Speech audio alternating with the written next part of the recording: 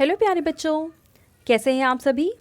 चलिए इस वीडियो में हम समझेंगे क्लास 5 की वर्कशीट नंबर 92B जो कि 18 अक्टूबर 2021 की वर्कशीट है और आज का सब्जेक्ट है बच्चों EVS। सबसे पहले आप यहाँ अपना नाम लिखेंगे और यहाँ आप अपनी टीचर का नाम लिखेंगे। चलिए इस वर्कशीट को स्टार्ट करते हैं।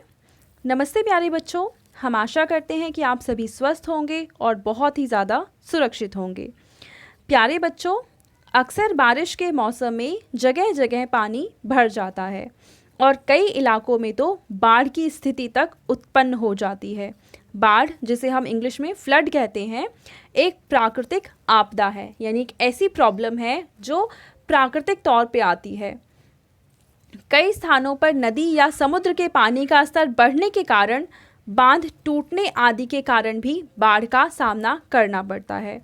यानी कहीं पर ऐसा होता है कि नदी में पानी का जल स्तर बढ़ जाता है और इस कारण वहाँ पे जो बांध बने होते हैं वो टूट जाते हैं और पानी पूरे एरिया में फैल जाता है, जिससे बाढ़ की स्थिति का वहाँ के आसपास के लोगों को सामना करना पड़ता है।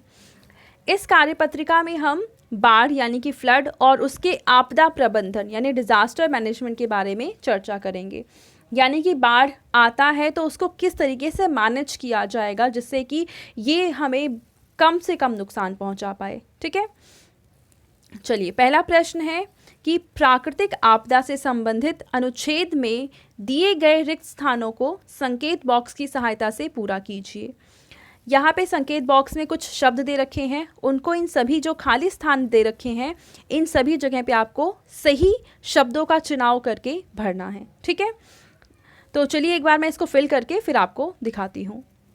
तो बच्चों आप यहाँ पे कुछ इस तरीके से इस ब्लैंक को फिल करेंगे और ये पूरा वाक्य कुछ ऐसा बनेगा। बहुत अधिक वर्षा होने पर बाढ़ आती है। इस आपदा में जल किनारे छोड़कर भूमि पर बहने लगता है।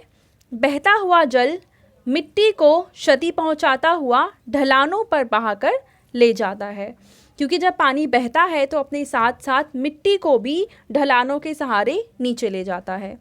कभी कभी बाढ़ कुछ अन्य कारणों जैसे कि बांध आदि के गिरने, दरार पड़ने या टूट जाने से भी आती है।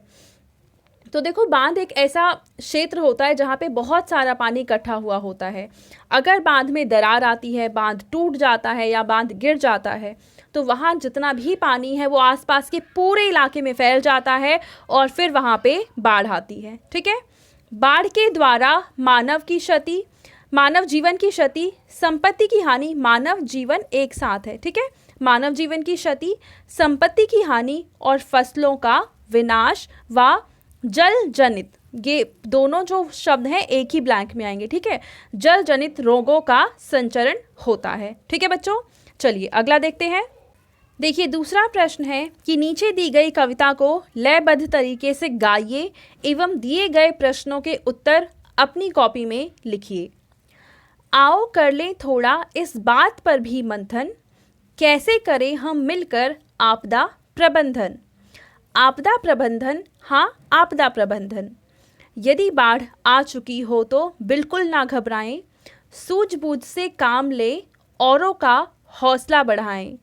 बहते हुए पानी में पैदल कभी ना जाएं, यदि मुसीबत में कोई हो तो मदद का हाथ बढ़ाएं।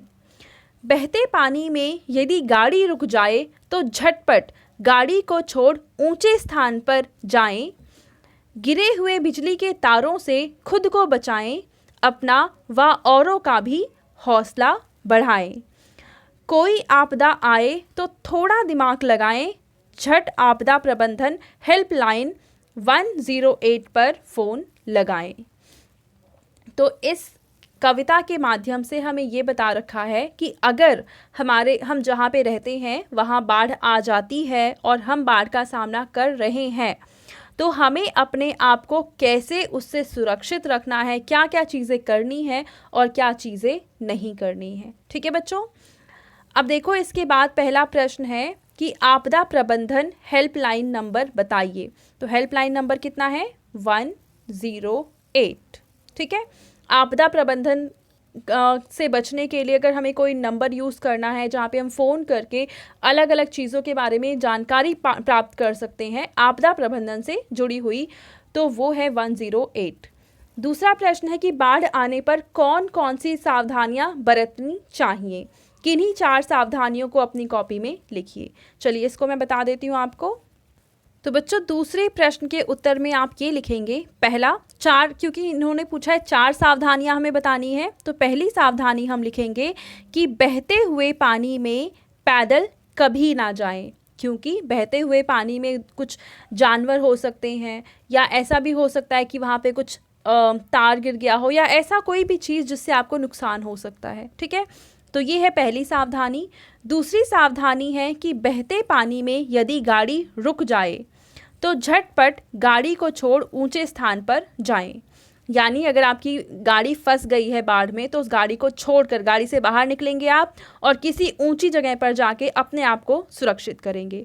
तीसरी सावधानी है कि गिरे हुए बिजली के तारों से खुद को बचाएं, क्योंकि बिजली के तार में करंट होता है, उससे हमें करंट लग सकता है, तो इसलिए उन तारों से हमें खुद को सुरक्षित रखना है। ठीक है बच्चों। और चौथी सावधानी ये है कि आपदा प्रबंधन हेल्पलाइन नंबर जो कि 108 है पर फ़ोन लगा सकते हैं हम, उन्हें जानकारी भी दे सकते हैं अपने एरिया की, और उनसे कोई सलाह लेनी है तो हम वो भी पूछ सकते हैं। तो ये 4 सावधानियां हम अपना सकते हैं अगर हम बाढ़ का सामना कर रहे हैं। ठीक है बच्चों। चलिए तीसरा प्रश्न देखते हैं। इसमें हमें कह रखा है कि बाढ़ जैसी प्राकृतिक आपदा से बचने के लिए हम कुछ कदम उठा सकते हैं, जैसे कि अधिक से अधिक पेड़ लगाना। यानी कि बाढ़ से बचने के लिए हम क्या क्या कर सकते हैं, तो उसमें से एक कदम ये है कि हम ज़्यादा से ज़्यादा पेड़ लगा सकते हैं। ऐसे ही कुछ अन्य सुझाव अपने अध्यापक या अध्यापिका की सहायता से पता कीजिए और अपनी कॉपी में लिखिए। तो चलिए मैं आपको कुछ उपाय लिखकर बताती हूँ कि आप क्या क्या कर सकते हैं जिससे हम बाढ़ जैसी प्राकृतिक आपदा का सामना ना हमें करना पड़े। ठीक है बच्चों, चलिए लिखते हैं इसका आंसर। तो बच्चों आप क्या क्या कर सकते हैं, तो देखिए पहला हम क्या उपाय अपना सकते हैं। पहला है नदी के किनारे मजबूत बनाना, जिससे अगर थोड़ा मोड़ा पानी उसमें इकट्ठा होता है तो वो टूट कर बाहर ना आ जाए। ठीक है। दूसरा है कि जल निकासी मार्ग बनाना। अगर जल के निकासी के लिए अच्छा खासा मार्ग होगा तो ये पानी इधर उधर फैलकर बाढ़ नहीं करेगा। ठीक है। और तीसरा है कि प्रकृति को हम नुकसान अगर नहीं पहुंचाएंगे तो इससे भी बाढ़ का हमें कम सामना करना पड़ेगा। और एक उपाय तो प्रश्न में ही बता रखा था कि हम ज़्यादा से ज़्यादा पेड़ पौधे लगा सकते हैं। ठीक है, चलिए आगे देखते हैं। यहाँ आपको एक एक्टिविटी करनी है कि बाढ़ से प्रभावित क्षेत्र के लोगों की सहायता किस प्रकार की जा सकती है, अपने टीचर की सहायता से पता लगाइए। तो आपको ये पता लगाना है यहाँ पे कि जो लोग बाढ़ में फंसे हैं तो हम उनकी किस तरीके से सहायता कर सकते हैं। तो देखिए आपको ये पता लगाना है, आप अपने पेरेंट्स से बात कर सकते हैं, टीचर से बात कर सकते हैं, और इसका आंसर आपको जो भी समझ में आ रहा है। अब देखो सहायता का मतलब ये है कि उन लोगों को बाढ़ प्रभावित क्षेत्र से बाहर निकालना, या वो लोग जो उस क्षेत्र में फंसे हुए हैं हम किस तरीके से उनकी मदद कर सकते हैं वहाँ पे भी, जैसे खाना मुहैया करा के, पानी मुहैया करा के, उनकी दवाइयाँ मुहैया करा के। ठीक है, हम डोनेशन भी दे सकते हैं। तो इन सभी तरीके से हम उनकी हेल्प कर सकते हैं। आपके पेरेंट्स के सुझाव है कि बच्चों में सहयोग व मदद की भावना विकसित करने का प्रयास कीजिए। तो यहाँ पे आप अपने पेरेंट्स से बातचीत करेंगे ज़रूर इस टॉपिक पे, एंड आई होप आप पेरेंट्स भी इस टॉपिक को आपको अच्छे से समझा पाएंगे। ठीक है बच्चों, एंड ये थी आज की हमारी ईवीएस की वर्कशीट। अगर आपको ये वीडियो अच्छे से पसंद आई है और अच्छी लगे तो उसको ज़रूर लाइक करें, अपने फ्रेंड्स के साथ शेयर करें और इस चैनल को सब्सक्राइब कर लें। Thank you.